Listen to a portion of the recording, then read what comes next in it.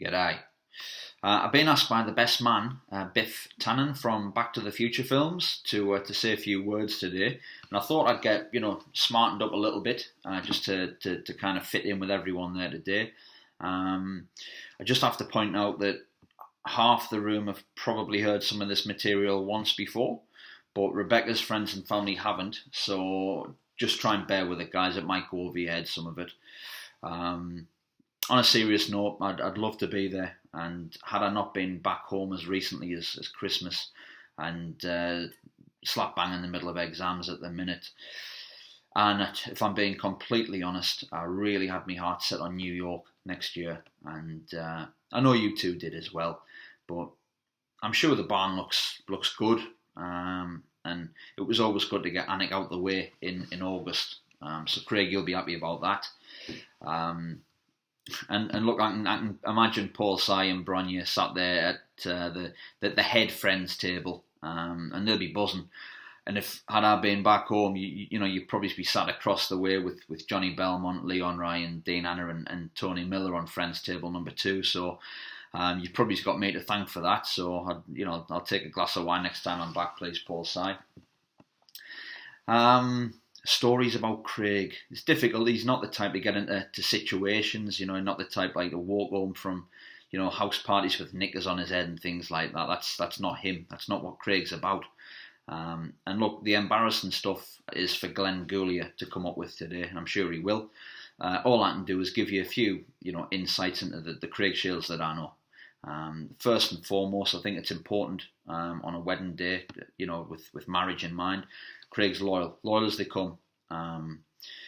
Sunderland supporter, you've got to be loyal. The perennial strugglers, he sticks by them through thick and thin. That's important. Robbie Williams, when he went, fat and druggy and bi, Craig was still buying the CDs, singing Angels on karaoke as often as he could, with real gusto, I might add, clenched fist and everything. Really went to town on that. But the best example of his loyalty was the time that one of his idols, a fallen idol actually, was down the Maniquee, the student nightclub. It was Shadow from the Gladiators, the guy with Joel, the big pugil stick guy. He was doing a Q&A down there, and we all went down there. Craig was buzzing with it, absolutely buzzing.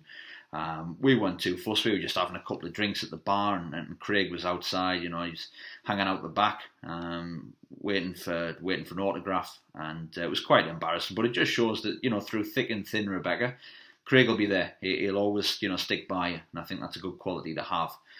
The elusive nickname. This is a good one. Craig will remember this. We used to go for late night mooches, which were, me and him just used to go for late night drives in the car, and it was nothing kinky or perverted, anything like that. It was just a couple of mates putting the world to rights with music on in the background, and that the banter was that good that Craig thought we should be on the radio. He thought we were Sunderland's answer to Mark and Lard, and that we deserved our place on Sun FM, and it was going to happen. The only thing that was holding us back was Craig's name. Shieldsy was just not radio conducive, I had the Gooch, I had Wendell, I had the Heartbreak Kid, I had the Golden Boy. I was sorted, but Shieldsy, we were struggling with that. Until one day, come in the car, and he says, Wendell and Damage. I looked at him, I went, who's Damage? He went, it's me. He said, that's what I think I'll go by. I went, what do you mean? He's like, I want to be called Damage from now on, Damage Shields. And I kid you not, that is a gospel truth. And if he's looking around trying to deny it, he wanted to be called Damage Shields. Needless to say, the radio career never took off. Not for him anyway. It did for me. I got my own radio show in Australia, but that's by the by. The radio show never happened, but the nickname did. We're in a group chat, and in the last 6 or 7 years since I've been in Australia, Craig has been knocking about a little bit too much with a guy called Bradley Groves, who'll probably be sat somewhere there with a real bad suit on. Now, Brad's really hungry and greedy when it comes to money. Craig works for him, knocks about with him, and I think it's starting to rub off on him because he won't get BT Sport for the football. He shops at Aldi, gets married on Mondays. So the lads reckon he's tighter than a mosquito's chuff, and they've started calling him Scorpion Pockets.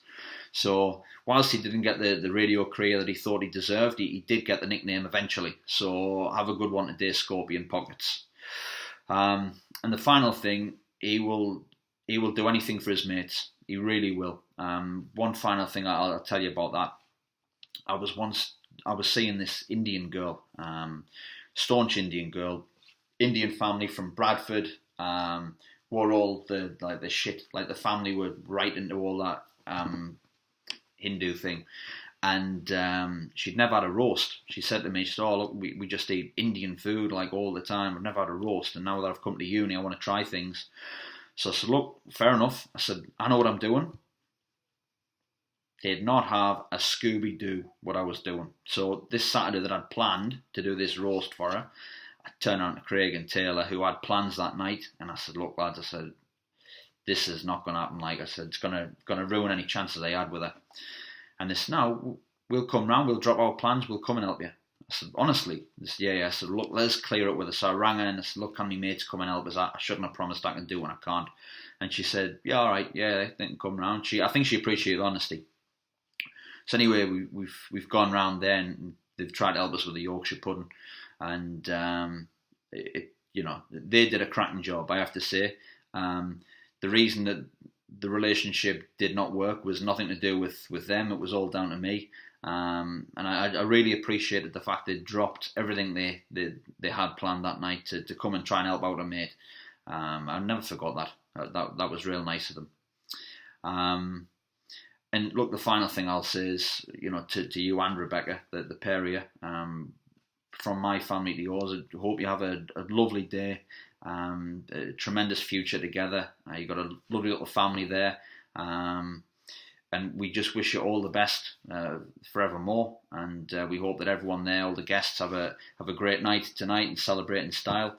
And one final thing for Rebecca, just with regards to Craig, the man you've married.